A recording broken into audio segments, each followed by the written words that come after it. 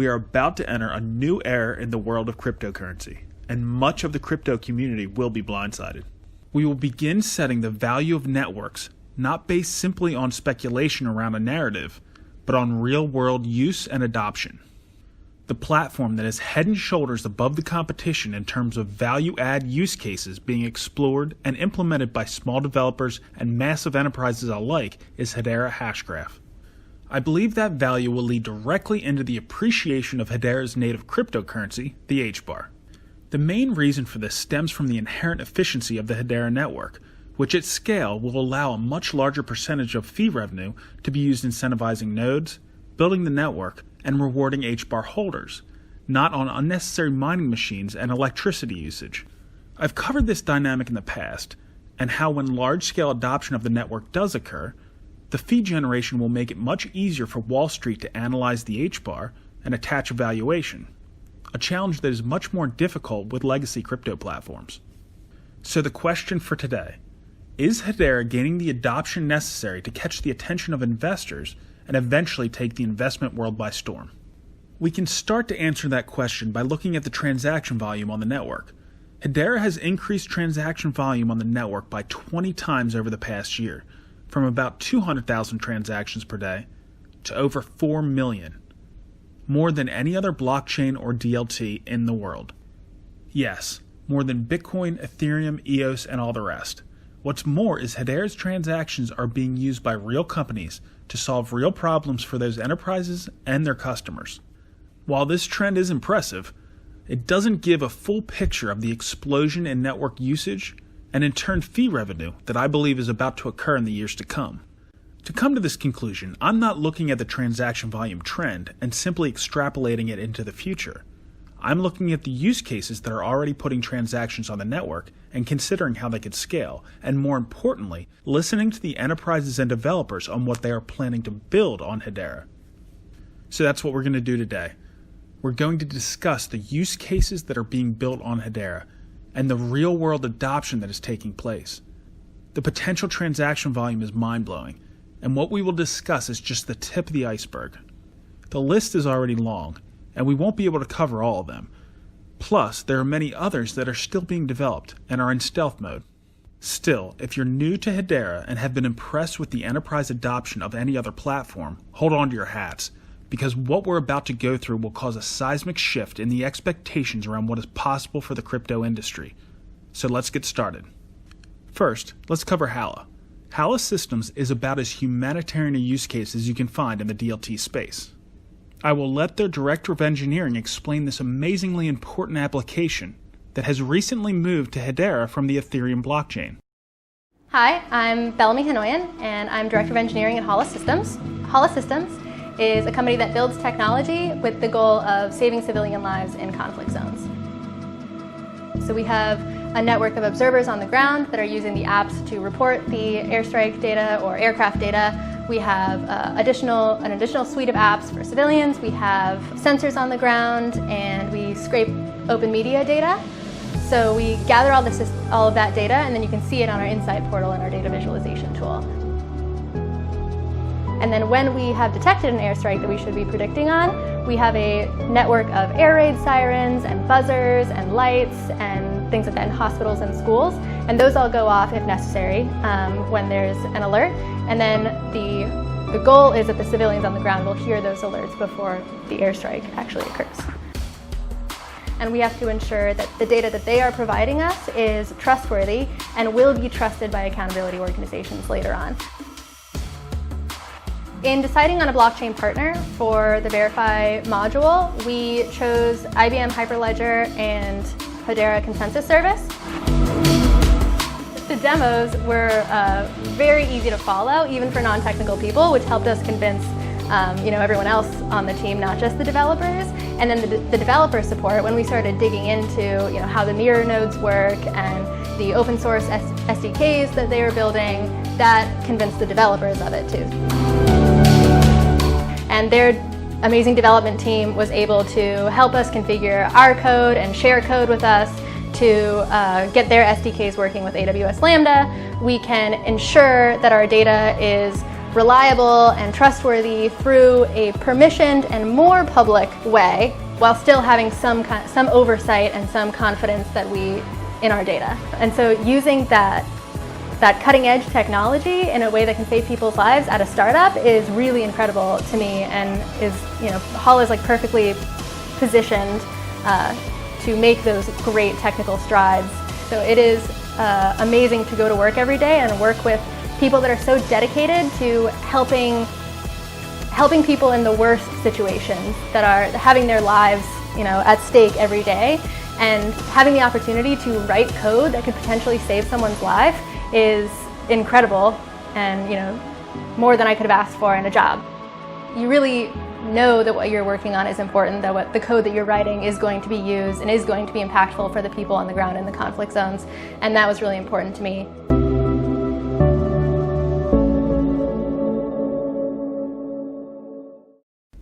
Next, let's look at something you can use today. KPay is a super easy way to tip using Hedera's HBAR token. Actually, I'm going to use KPay for this video. If you access this video through the KPay link and see a balance, it's part of a promotion and real, so don't let it go to waste. Here's a quick video showing how easy it is to monetize your own YouTube video. In the previous video, we opened a brand new Hedera account. The account is empty. How can we earn some money? We can earn tips for any online content, for example, YouTube videos. To do this, we start by visiting kpay.live/tip. We enter our account number here.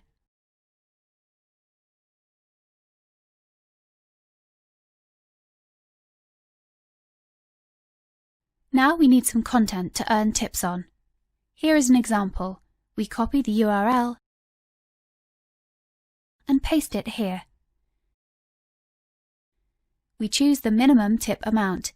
Visitors can send more than this by simply tapping the tipping button multiple times.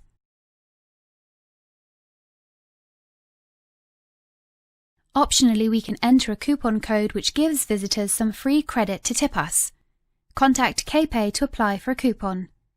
Here we will use one which gives visitors $1.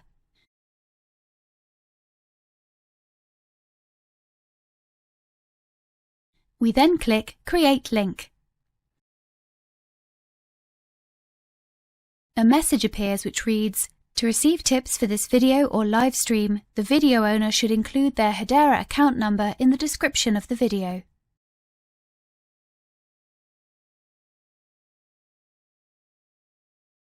We do this by going to the YouTube video page and clicking on Edit Video.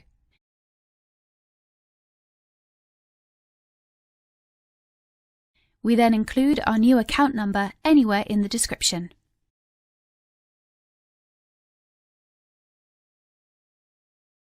And hit Save.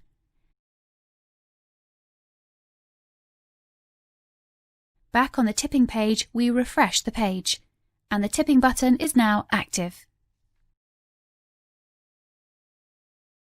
Share the link so anyone can tip you instantly. No login is required. Credit is simply held on the browser and can be spent on any KPay-enabled content. Happy tipping, everyone! The ease of use of the KPay proof of concept is a testament to its developers. I hope they expand into a pay-to-view model as well, so we can finally move away from strictly monetizing through advertisement, and the viewer can become the customer instead of the product. KPay is also exploring monetizing ebooks, but instead of having to pay $7.99 for an entire book, again KPay utilizes micropayments.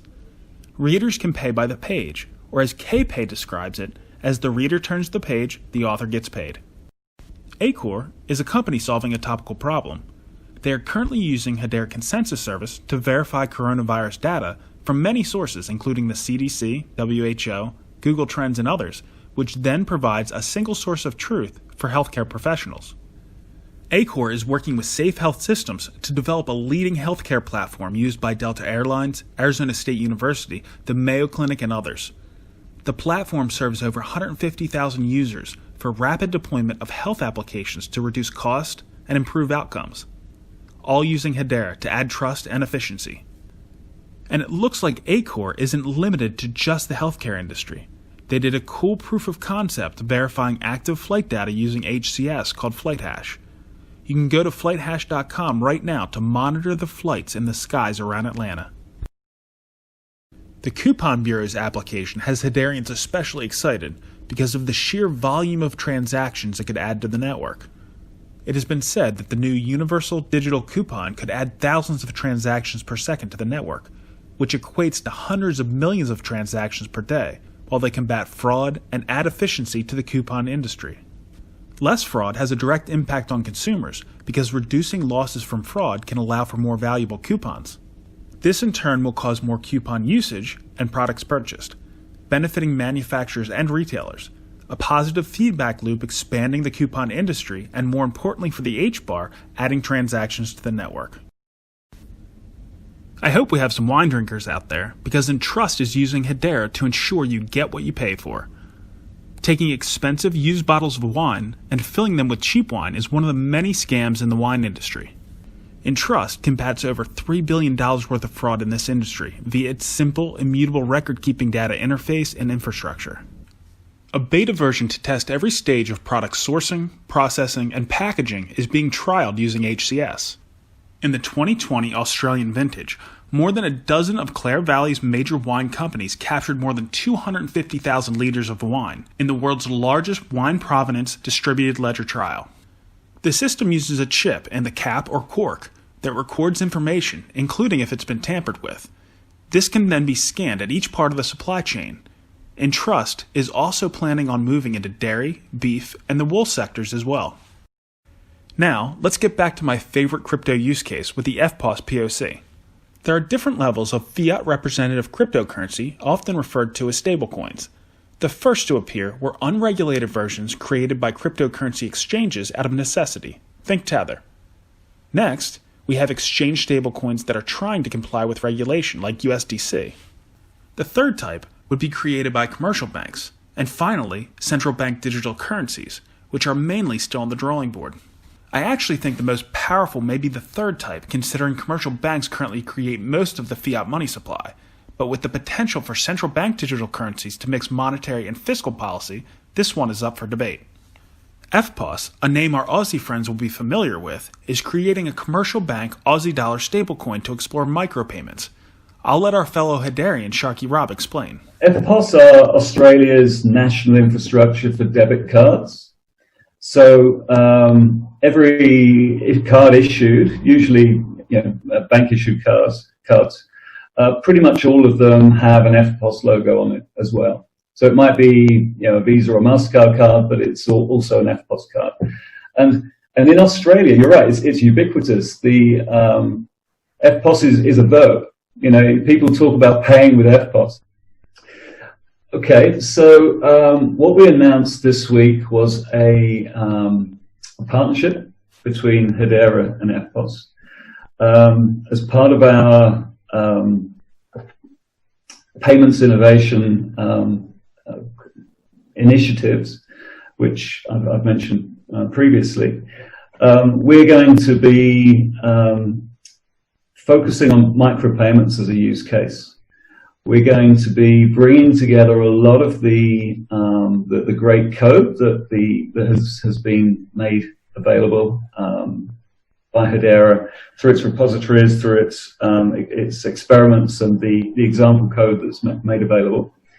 And we're going to use the paywall killer and subscription service use case so that a consumer can interact with an online content provider and consent either to receive marketing material or the normal spam that you get for accessing some content, or pay for that access with a digital Australian dollar stablecoin. So that manifests itself in a wallet with the potential to top up an account, which is denominated in Australian dollars, and then make payments at the cent or sub-cent level for access to online services. the stable dollar you mentioned.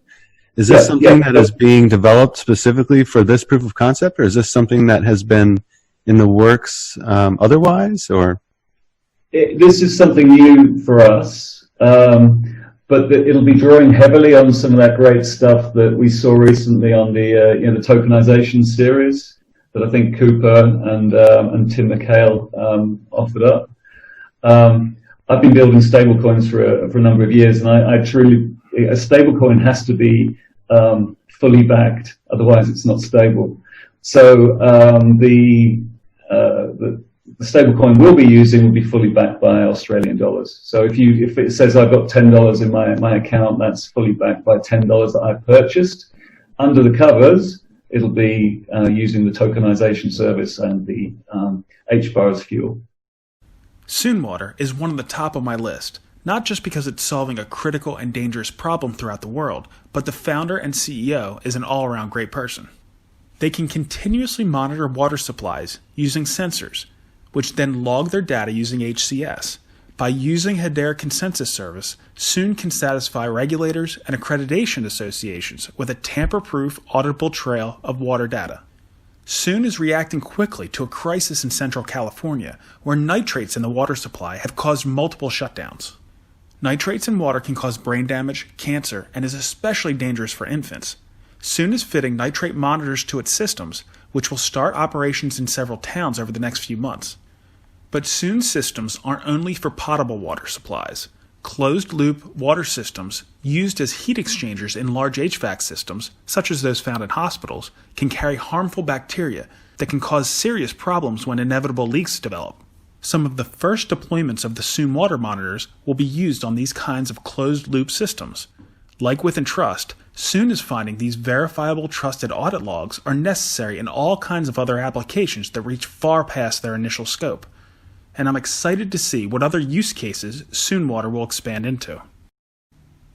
Many of you who watch the Hedera forum will be well aware of Toco, a platform being developed by one of the 5 original Hedera council members, DLA Piper, to tokenize a variety of assets. Here's some outtakes from the latest episode with DLA Piper partner Scott Teal to explain. What we would like to do is to help our clients to do creative financing solutions using asset-backed securities in a way that will drive liquidity, new market participation, creative new ways of financing projects. And the thing that I think has probably surprised me the most as I've gone into this, because I sort of crashed into, wouldn't it be great if we could, tokenize everything and ultimately create, liquid secondary markets to enable trading of these asset-backed digital assets. And in a way, it's the way cryptocurrencies trade today, but with actually something behind them, because there's an open question around what is really behind Bitcoin. Nothing. So what we're talking about here is, we want to take something, and the piece of artwork obviously is an example and something of a test case that shows it. And a group of my partners here in Hong Kong have effectively invested and become fractional digital owners of a piece of this painting, each. And it's obviously it's not an enormously expensive piece of work or anything, exciting like that. It was really around proving the technology and the way it would work. And it's doing so, and we're still actually working through some of the processes around that. But to be able to fractionalize assets in a way that current markets don't provide. And as I've gone into this sort of journey of learning about what it is I don't know, about financial instruments, about securities regulation, about the way you go about listing things on a stock exchange in the traditional way, it's been overwhelming to me, the amount of opportunity that exists. And every time I learn something more, I go, really? That's the way it works? Couldn't you come up with something more time-consuming, less efficient, and more costly? Because if that was your ambition, that seems to be what you've created. And I mean, a lot of it's wrapped up in investor protections and regulation, and all these, and these are absolutely valuable and essential parts of an effective market. But probably through the evolution of the way markets have evolved and the intermediaries and the way it was, there just seems to be a huge amount of friction points and inefficiencies and costs involved in a lot of this. So that's kind of our ambition, is how do we use this technology to create a new way of creating new markets where more people can participate. We actually used a non-fungible 721 format for this painting, and it's actually chopped up. The 721 allows you to put a picture into one of the token fields, and the 721 is a picture. So we actually chopped the painting up, or a picture of the painting. We fragmented into the 16 different pieces, and so each token is actually unique in that respect. It's 16. The economic interests and the rights associated with each token are identical, but each token actually has a different part of the painting. I happen to have the lighthouse bit, which I think is a good one. My IP partner Ed Chatterton got the horse's ass, which was just priceless. The lucky draw around that piece. But what was also interesting when we did this, we did do a lucky draw of the participants to get their piece. There was immediately a secondary market emerged. Well, I want your piece. What other types of assets do you see being some of the lower hanging fruit that could be a really good fit for this type of project? I mean, I've mentioned real estate a few times, and it's a really obvious one.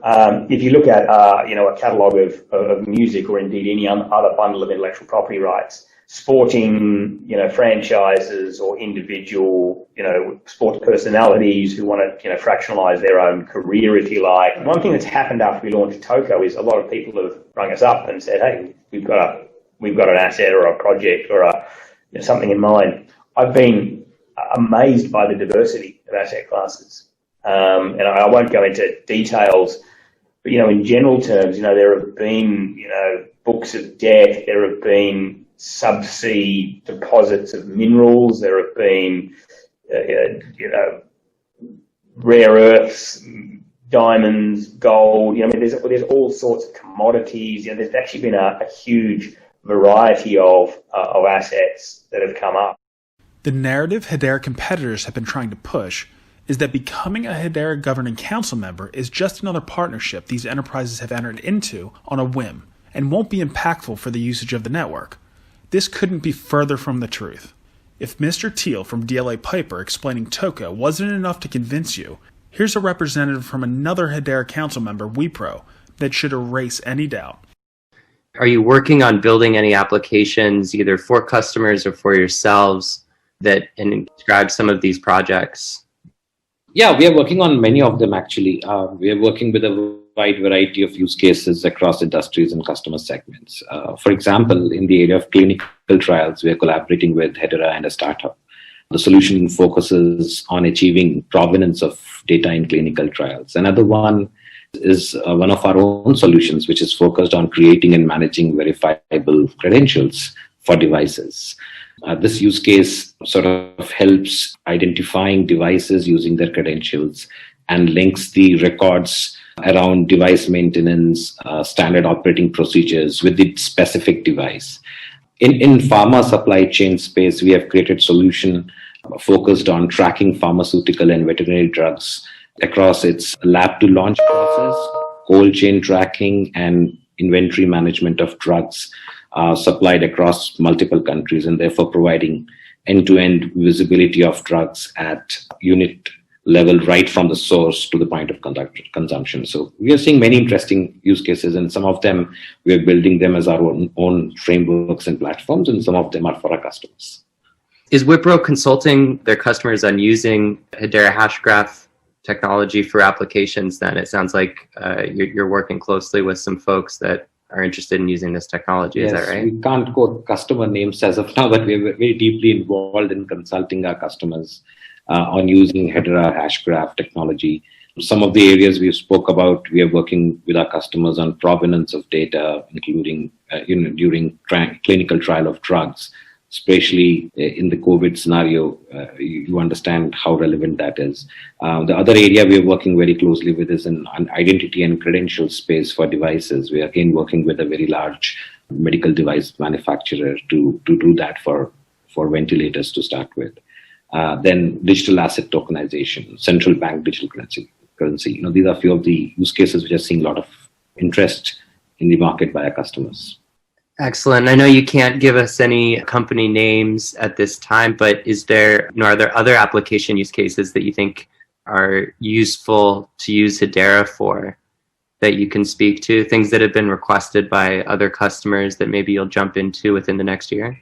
Yeah, we are seeing a lot of interest around energy and utilities sector, especially around renewable energy, with the focus on sustainability and net zero footprint, carbon footprint. We have helped one of our customers, a major oil and gas major, to set up a P2P trading platform for solar energy. I think those are the use cases which will be very interesting. We were able to reduce about 55 tons of carbon emission by implementing this for our customer. Similarly, for a large European customer, we are helping them set up an LNG trading marketplace for small trading business. This would lead to a completely new line of business for that company because they're not really into small scale trading as of now. So it will be a new revenue stream for them, right? And then one of the most interesting applications we have developed recently was focusing around tracking the vehicle components across the supply chain. This was done for a leading global automotive parts manufacturer. This application is being currently used to track about 500,000 auto parts per year. And the plan is to expand, cover parts tracking across 150 sites. So yeah, there's a lot of interesting stuff happening on blockchain in the industry. Next, anyone on the Hedera Hashgraph HBAR community chat in Telegram is well aware of the HBAR Chatbot. This is another application that highlights how efficient Hedera is for micropayments. Community members can upvote quality posts and comments and increase each other's reputation. As their reputation increases above 10 points, they start to earn HBAR for subsequent upvotes. Some community members with high reputations can earn several HBAR per reputation point. The HBAR Chatbot is funded through sponsors. Registration should open back up soon, so stop by if you want to see how it all works. Adstack is currently the largest contributor to the Hedera network, and they actually broke the world record for DLT transaction speed being utilized for a real-world application. They are a self-serve advertising platform that leverages Hedera Consensus Service to fix the problems for advertisers, ad agencies, brands, and publishers.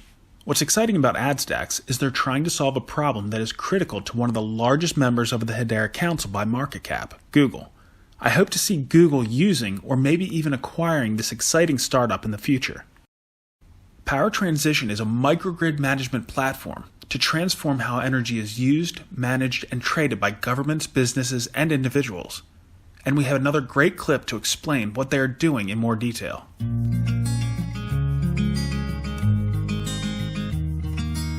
We're incredibly dependent on electricity in every aspect of our lives.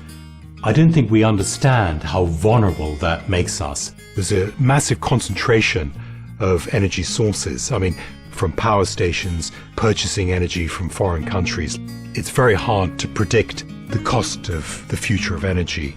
Renewable energy microgrids provides societal, environmental, and financial incentives for individuals and the communities they live in to control and manage their energy.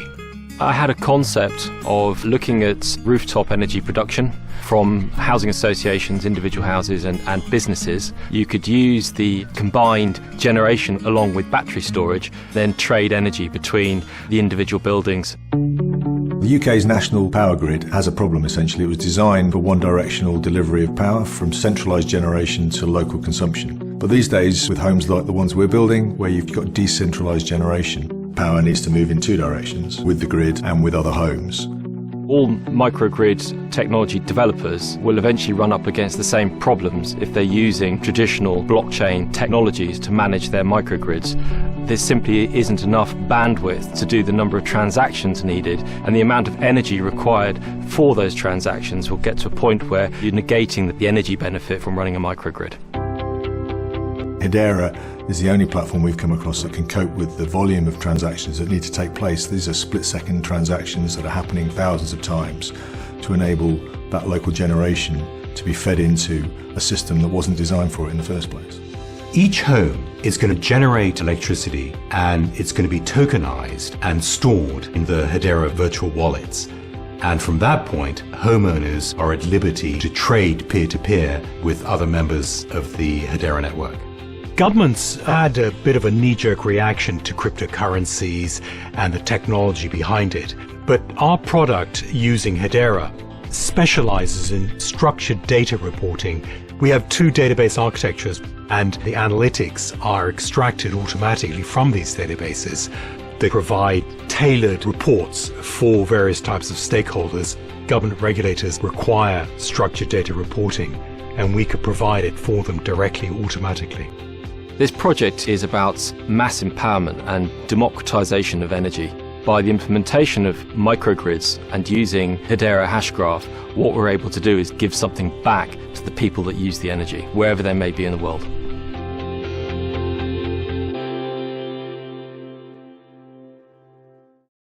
ABC Global, a leading-edge supply chain platform with track and trace technology and supply chain financing available through an integrated DLT-based fintech platform, and his Bahrain-based subsidiary, Medical Value Chain, announced a strategic technology integration with Hedera recently. ABC Global has one end goal in mind: to provide a quantum leap in how supply chains perform intelligently, providing the right product at the right time in the right place, across industries and borders, while optimizing cash flow across the supply chain, reducing risk and fraud, and they're using Hedera to do it. Manitou is a company that is trying to address the many data privacy laws and regulations that are being enacted throughout the world. Some high-profile examples include GDPR and the California Consumer Protection Act, but similar regulations are in place in Brazil, India, and elsewhere. These laws require action by enterprises holding personal data to edit or revoke that data when requested by customers. Before Manitou, this was a manual process, triggered when the request was made by an individual, and the data would take on average 15 hours to collect per request.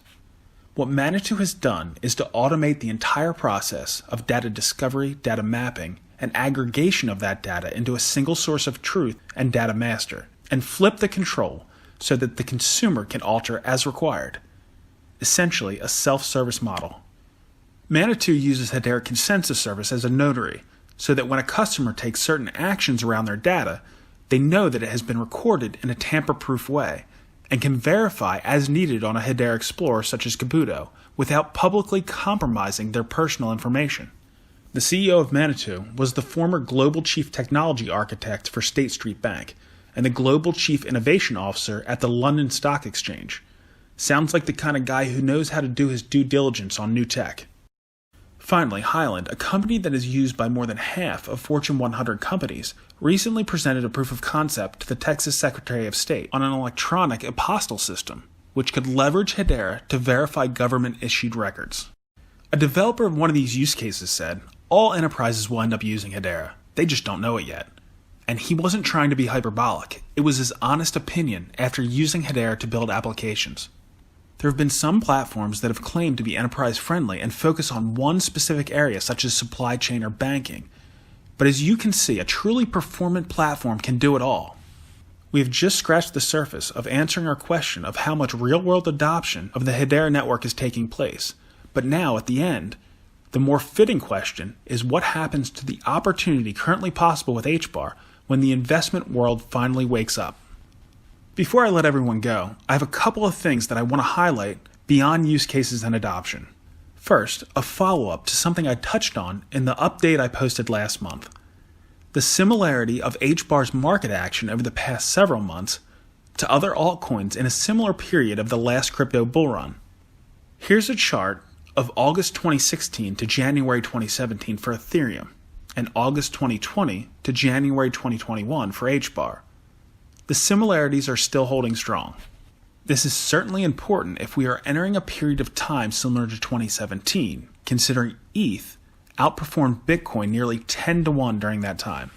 And finally, some impressive people were added as judges to the Hedera Hackathon that's going on right now, including someone I mentioned in the update, Yes, John Padilla, the head of blockchain strategy at PayPal, is going to be a judge for the ongoing Hedera Hackathon. We also saw the addition of the CTO of LG Electronics, Samuel Park, Antonia Bogo, sales engineer at Google Cloud, and Michael Koo, vice president of global clinical supply at Pfizer, among other impressive names. The future is certainly looking bright. Thanks for watching.